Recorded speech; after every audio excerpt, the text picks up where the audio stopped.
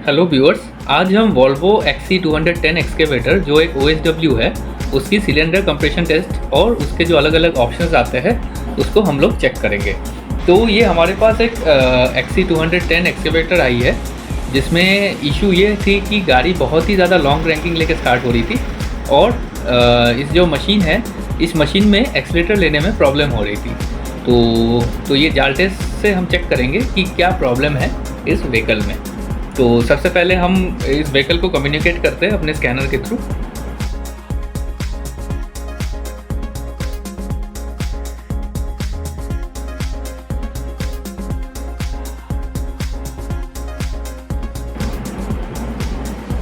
तो क्योंकि इस व्हीकल का मॉडल XC210 है तो हम XC सीरीज़ को सिलेक्ट करेंगे और XYD series XC series XYD option को सिलेक्ट करेंगे।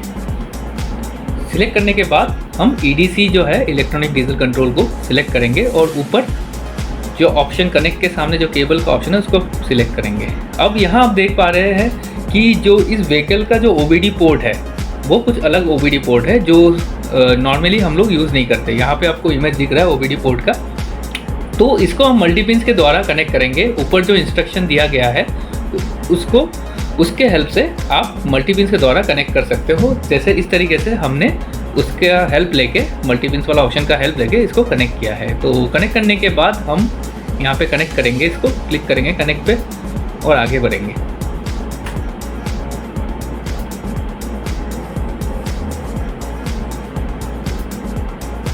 कनेक्ट होने के बाद सबसे पहले तो हम डायग्नोसिस पे देखते हैं कि क्या कोड्स वगैरह एक्टिव है। डायग्नोसिस पे चलते हैं और यहाँ पे देख पा रहे हैं कुछ कोड्स है। तो सबसे पहले तो हम इसको ही डिलीट करेंगे और चेक करेंगे कि कोड्स आपका इरेज हो रहे हैं कि नहीं। तो यहाँ आप देख पा रहे हैं कि कोड सारे डिलीट हो गए, लेकिन फिर भी हम चेक करने के लिए एक बार व्हीकल को स्टार्ट करते हैं।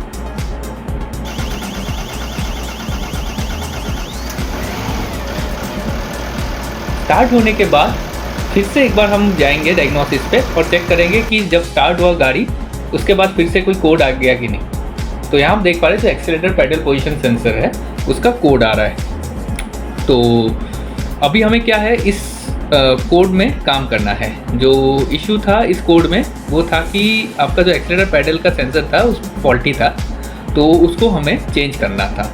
अब ये हो गया, एक्सीलरेटर वाला जो इशू था वो तो इसमें सॉल्व हो गया। यहाँ पे आप देख पा रहे हैं जो ECM का डाटा वगैरह है, ये ऑप्शंस आप देख सकते हो। ऑपरेशन डाटा में जो इस गाड़ी का फ्यूल कंजम्पशन है या कितना डिस्टेंस ट्रैवल किया वो सारे डेटाज आप देख सकते हो। मेजरमेंट्स में लाइव डाटा देख सकते हो। एक्चुएट कंपोनेंट्स में अलग अलग एक्चुएशन भी कर सकते हो आप। तो हमें मेन चेक करना था कि गाड़ी क्यों इतनी ज़्यादा लॉन्ग क्रैंकिंग हो रही थी। तो उसके लिए हम ये जो सिलेंडर कंप्रेशन टेस्ट है इसको टेस्ट करके देखेंगे कि कोई सिलेंडर में जो कंप्रेशन है वो लीकेज हो रहा है कि नहीं या कंप्रेशन कहीं कम बन रहा है कि नहीं। तो टेस्ट के समय आपको ये देखना है जो इनिशियल कंडीशंस है वो आपको चेक करना होता है बिफोर द टेस्ट। तो इस टेस्ट का परफॉर्म करने का प्रोसीजर ये है कि जैसे ही आप ये राइट क्लिक करोगे तभी आपको गाड़ी क्रैंक करनी होगी।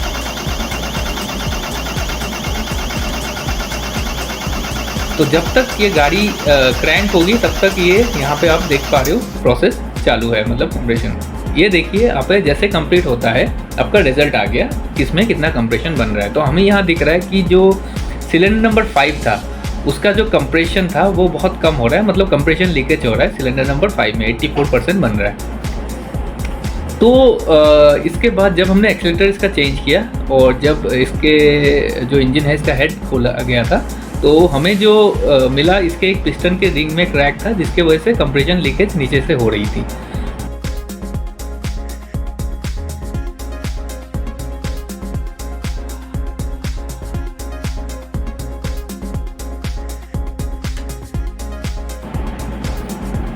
तो यहाँ आप देख पा रहे हैं ग्राफ के द्वारा, ग्राफ में भी जो आपके सिलेंडर नंबर 5 है उसमें बहुत कम ही कंप्रेशन बन रहा था।